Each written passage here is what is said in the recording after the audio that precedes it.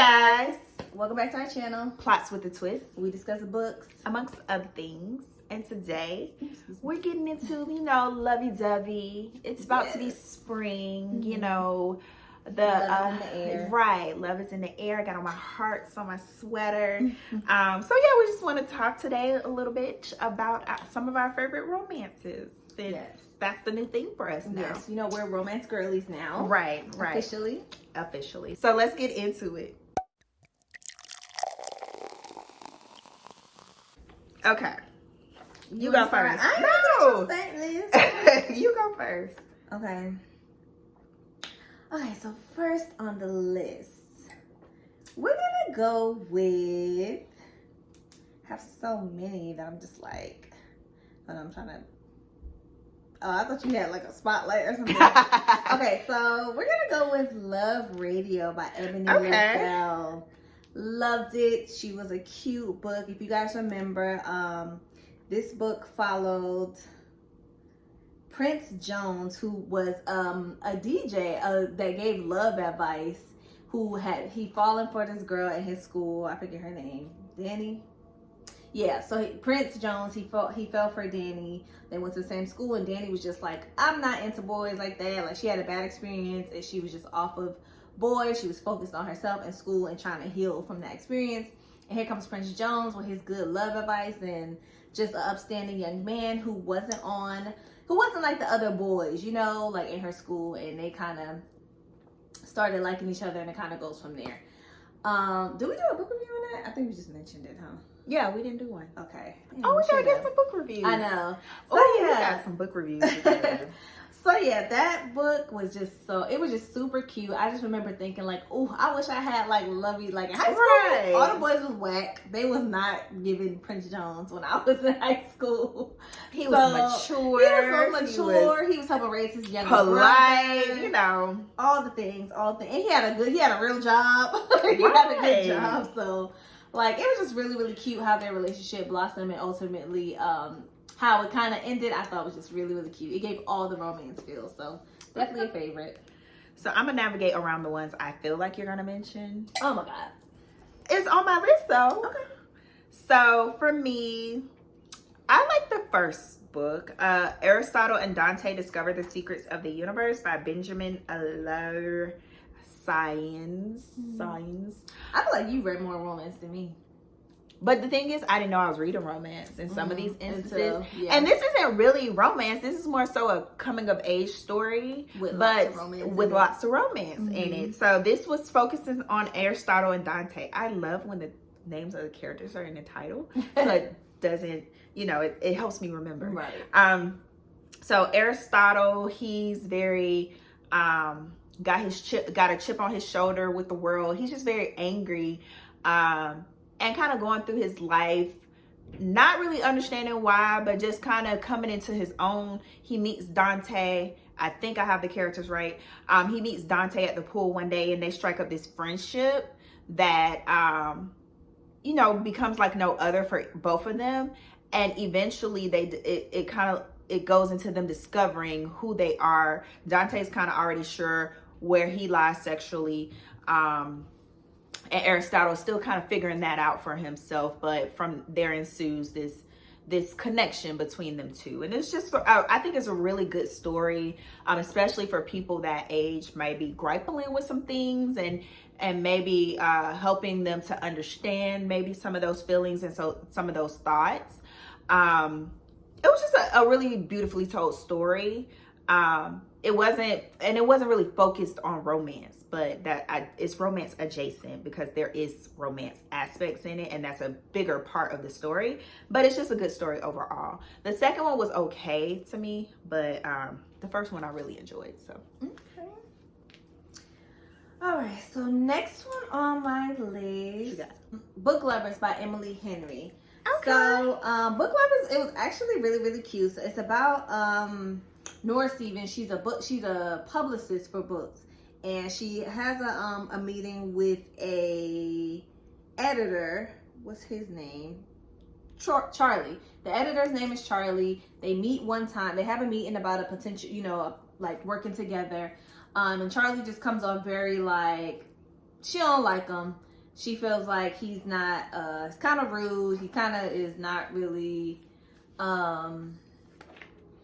he's not feeling the book that she is presenting to him either. So they, after they have their meeting, they go off on their separate ways, and then they end up bumping into each other in the town that her book is about, and she's just so surprised. So she's like, what are you doing here? You ain't even like the book. Like, you ain't even like the stuff. So it goes on from there, and their relationship kind of, you know, it's one of those relationships, like, they hate each other at first, and they start to realize that they actually like each other, and it's like, is this gonna work? Because they're kind of like opposites, and he has past issues, and she has things she's working on, and so yeah, it just goes on from there. I don't want to spoil it if you haven't read it, because it's a really cute romance, and I just love the relationship, and I feel like we were talking about in one of our last videos, like how some of these romances, you know, they're gonna have like that catalyst of like, where they like each other, then something happens and they don't like each other. It's like, are they going to get back together or are they not? And I feel like the way she approached it in this book, it turned out really, really cute. And it was a little bit unexpected, because it went back and forth a little bit. It went back and forth more than once.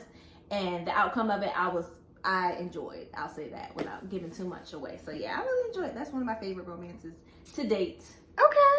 Okay, so for me next, let's see, I'm at number 2, right? I don't think you have this one. I'm still trying to navigate around her choices, because I can just chime in on hers.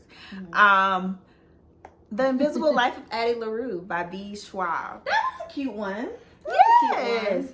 So for me, okay, just to kind of remind us what the story is about, young Addie LaRue. She is growing up in the 1700s. Only job for a woman to do is get married. And she's not interested. At all. 0 out of 10 would not recommend. She does not want to do that.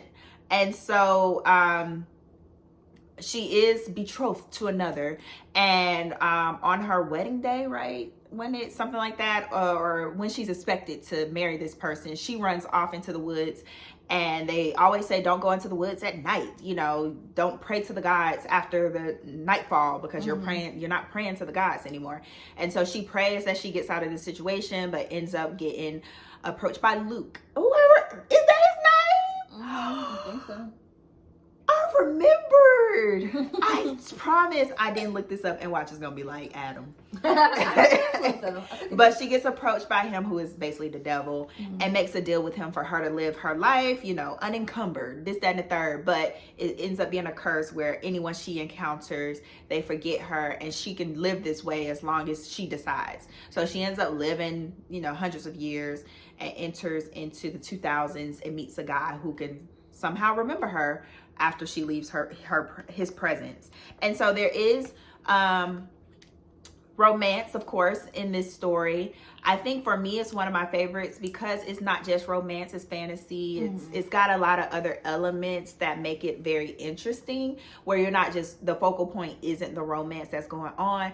Because, you know, we are newer, I guess, to, I wouldn't even say we're newer to romance, but it as a specific genre. So for me, that was kind of like one that I realized I enjoyed the romantical aspects of it, while still enjoying the other conflict that was going on in the story. So I just think it mixed a lot of elements. It just was a really good telling of a story, and it was very like gushy on the romance at moments, and it doesn't have an outcome too that you expect. And I think for me, again, that's something I'm getting adjusted to when it comes to romance, and that one was kind of my type of romance, if that makes sense. So okay, cute, boom. Unexpected, cute.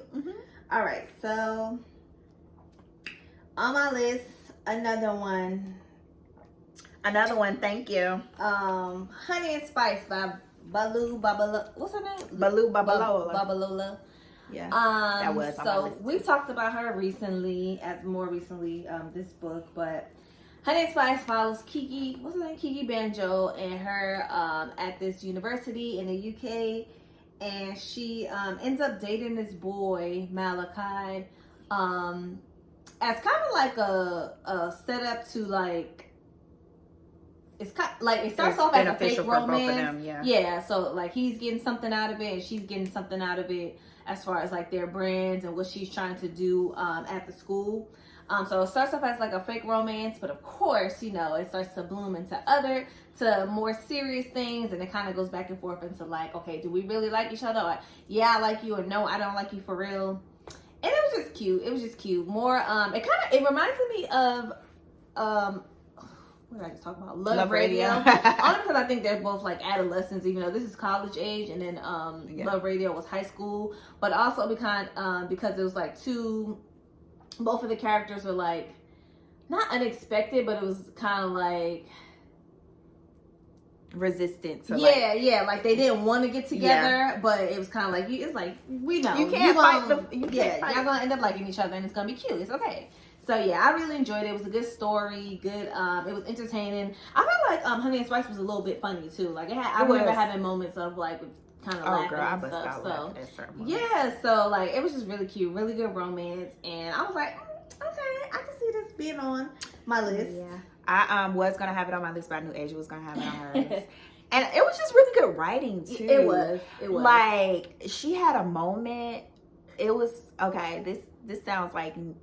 Okay, spoiler alert, and it sounds like, Kristen, you nasty. But when she was describing like the intimate scenes and this, it's just her writing was just like takes you there. Like it was spoken word, kind of like it was giving Jill Scott. You know how nasty Jill Scott can get. It was giving that, but like, oh my God, I was like, he caught my breath and he's drinking it. Like I don't even know if that's what she said, right. But it was like. Yeah, the writing was really good in that book as well. I agree. Okay, what's next? Okay. Let's get to ones y'all know. I'm going to mention. No, let me not do that one. The House in the Cerulean Sea. That's the other one y'all know I'm going to mention. What? These are my kind of romance. I read that book. That's with the kids, right? Yes. Okay, I'll let you explain it. What was romance in there? I get to define what romance is for me. I'm just saying, I don't remember any romance. Well, that's an honorable mention. Fine. Okay. No, I'm not saying no, it's an honorable mention. You demoted it. It's okay. I'm going to talk about why I initially had it on my list. Okay, so, because, House of Cerulean Sea is a fantasy-based book. It's a guy. He's a caseworker. He goes to this orphanage, and he just falls in love with these kids and the caretaker. He falls in love with the caretaker without realizing he's falling in love with him, and it just gives him a sense of purpose and a sense of like what he's been longing for his whole life. Okay, so I can see that. Because I'm like, who did he fall in love with besides the kids? Like, maybe you need to get to the end and you'll see. But okay, it's been demoted. So next for me was I had an Emily Henry. I had Beach Read because that's the only Emily Henry book I've read. So Beach Read, kind of similar reasons, but this focused on, I don't remember the names, Asher something. It's got that sounds really No, that's just that's just those types of books names. Asher, Ryle, Raider.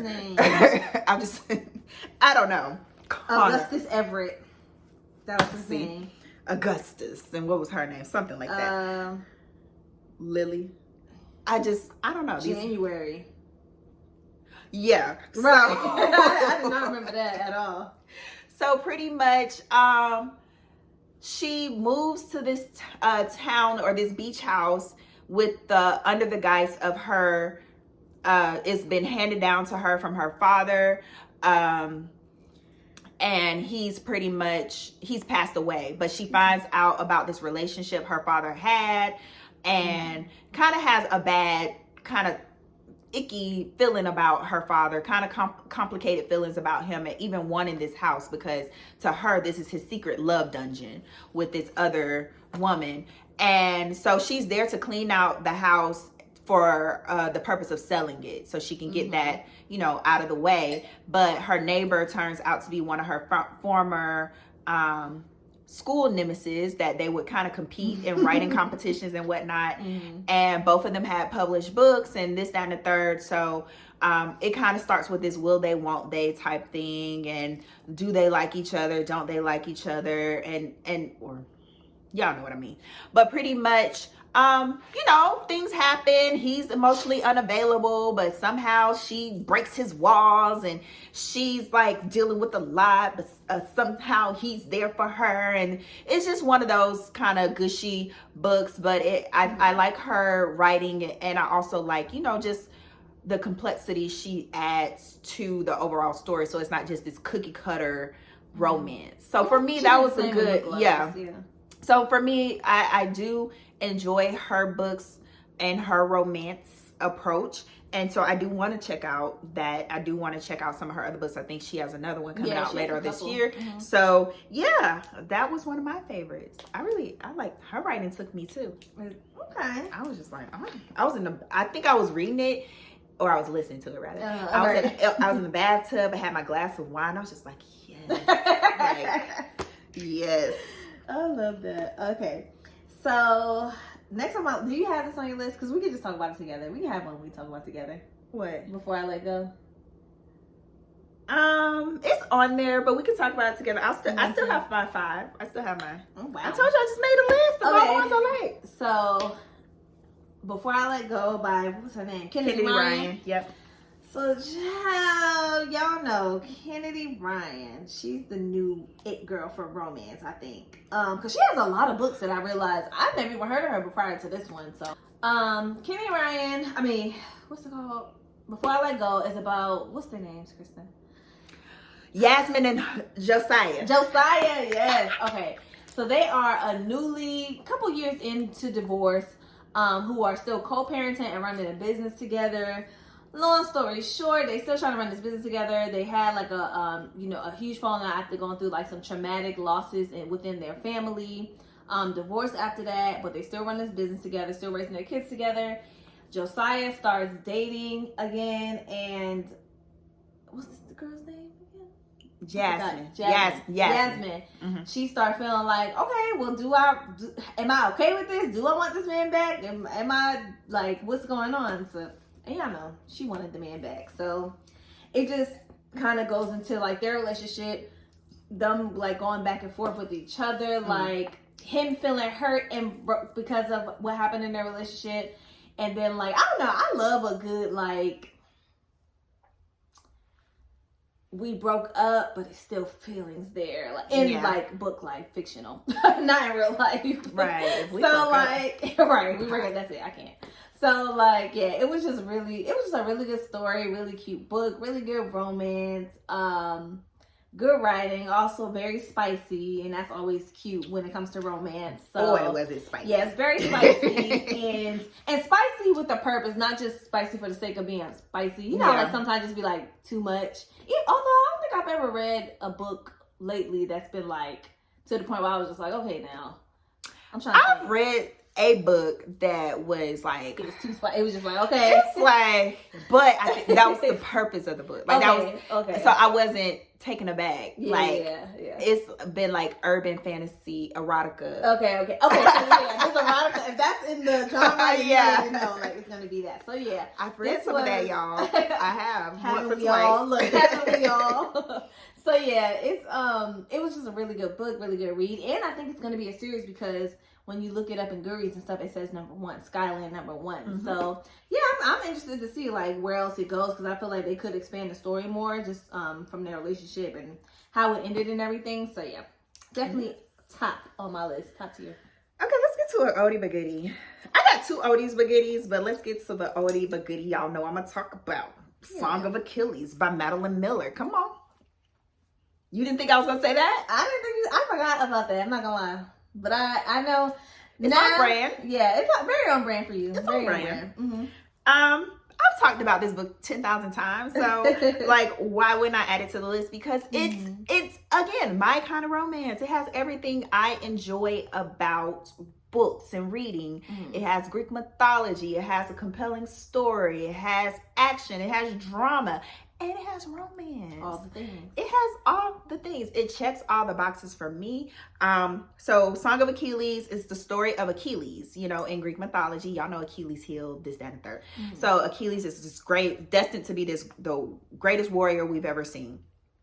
But his mother is trying to protect him. Like, she's trying to help him fulfill his destiny. I can't remember if she wants him to fulfill it or not, but that's not even the point of the story. So it's told from the perspective of his trusted, I don't even remember his role, but pretty much it's like his sidekick, Patroclus.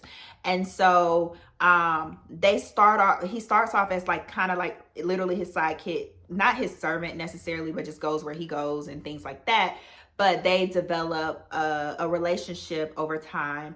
And, the Greeks, or in Greek mythology, right? I'm not trying to place anything on a group of people, but how they're a little liberal with it, so it's accepted, but it's kind of like, this is a phase. Y'all gonna grow out of this. Achilles, you gotta go and be this great warrior. So it's kind of going into their relationship and how that combats who Achilles is destined to be, because if he goes on to be this great warrior, he's going to also probably have a short life. Whereas if he doesn't fulfill his destiny, he can have and fulfill and be in love with Patroclus for a long time. So because it's told from Patroclus' perspective, of course, he has a lot of thoughts and feelings about Achilles' destiny. And it centers around, of course, the Trojan War and all that. So like I said, just all the elements you can like about reading and books, and at least for me, and a compelling love story. Not compelling. Yes, you gotta use the words that people use. I know. That's what they be writing the synopsis and the book reviews. Okay, last and not least for me, y'all already know. Y'all already know. Okay, let me see what I'm gonna mention next, because I already know what you're talking about. So let me go ahead and just 7 Days pick in my June. last one. Top tier, Tia Williams. Like, y'all knew that was coming. If y'all didn't, please, where have you been? So, 7 Days in June. Girl, I should have did Song of Achilles last, because that should have been like, y'all already know, but now I gotta come back after that. So yeah, 7 Days in June. I agree. I just knew it was gonna be on her list. So. Yeah, because it's just that girl when it comes to romance. Mine, it I gotta has look and see everything. A compelling backstory, a climactic. I don't know. What are the words people say? Yeah. So Eva and I had to look up her name because I'm not gonna lie, I didn't remember. Eva and Shane. So basically, they spent one night together when they were like 16 years old. A crazy night where they just 7 days. 7 days together, and when they were like 16 or 17, and they were both like troubled teenagers. And after that, disappeared from each other's life. Eva goes on to be a writer.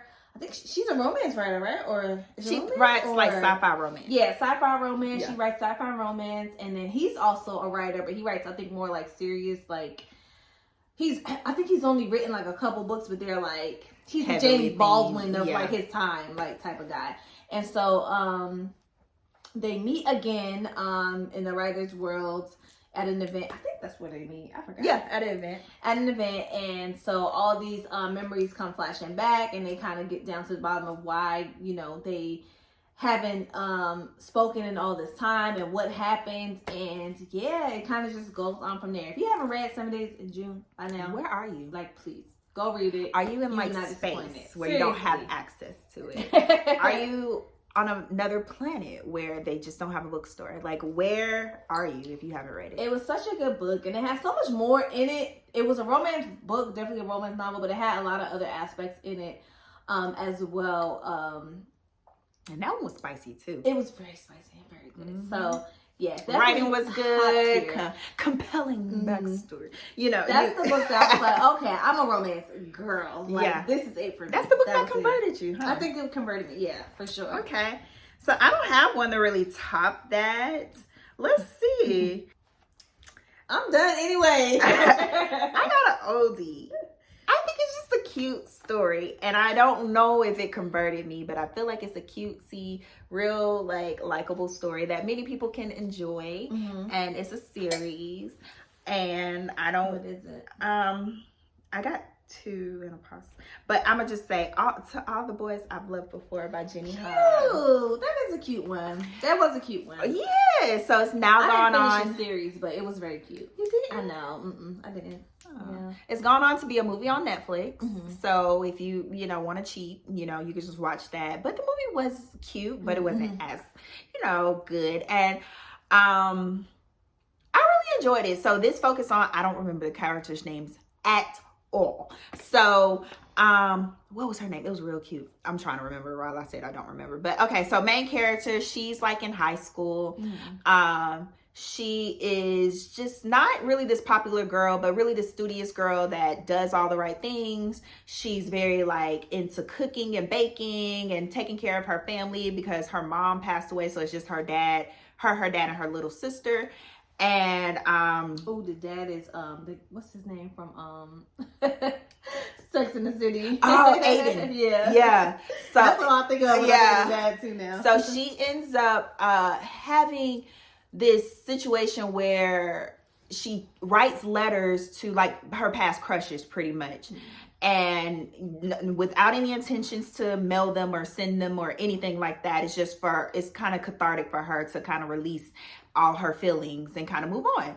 And somehow the letters all get sent out and to all the boys, and one of the boys gets a letter that's at her school, kind of makes fun of her about it, but something is going on with her personally where she's like, I need a distraction. I need to I think one of the letters, didn't it go to like her sister's? Yeah, her sister's boyfriend. Yeah, and so she's trying to make it seem like, oh, I moved on, or she didn't want to cause attention to that. And another letter went to somebody that she didn't want to talk to, or was it? I can't remember how her and the guy connected, but pretty much he got a letter, and he was going into a situation with his girlfriend. So pretty much they start this fake relationship to kind of distract from everything that was going on around them in their own lives. And again, it's a romance. So they end up real cute. See, like, actually, that was really cute. Actually, I might like you. And actually. So that was my introduction to romance, because we read that book a while ago. Right. We read that before we was even filming videos. I know, yeah. Yeah, so, you probably read romance before that. Yeah, but no, that one was a really kind of good introduction to romance. Of course, many people have probably read romance. We're just late. Right. We read romance. It's just we don't read things that are categorized as specifically romance. And so, yeah, that's a good one. If you feel like you don't read it and you just want something cute and want something light, that one was good. Very, very lighthearted, very kind of cliche, but still a cute, fun take. And if you buy the actual book, because she bakes a lot, they got recipes. Oh, the cookie recipes. I at the end of that. the book. So, speaking of which, I might make me some. All right. So let us know some of your favorite romances. Yes, please, so we can get some new suggestions. Because I know y'all tired of hearing about 7 Days in June, but I'm always gonna talk about it. I got some I'm gonna read this year. You know, me initiating based off of stuff I've seen without you being like, Kristen, read this. So right. I got a few on my list, but let us know the other ones. Let us know. Yes, no, Colleen Hoover was on the list. Sorry, we liked them, but they just weren't our favorites. You know, that's the girl I think of if I think of romance, I guess, or that's what the girls think of. I think so too. Yeah. So let us know. Like this video, subscribe, ring the bell, and we'll be back next time. Bye.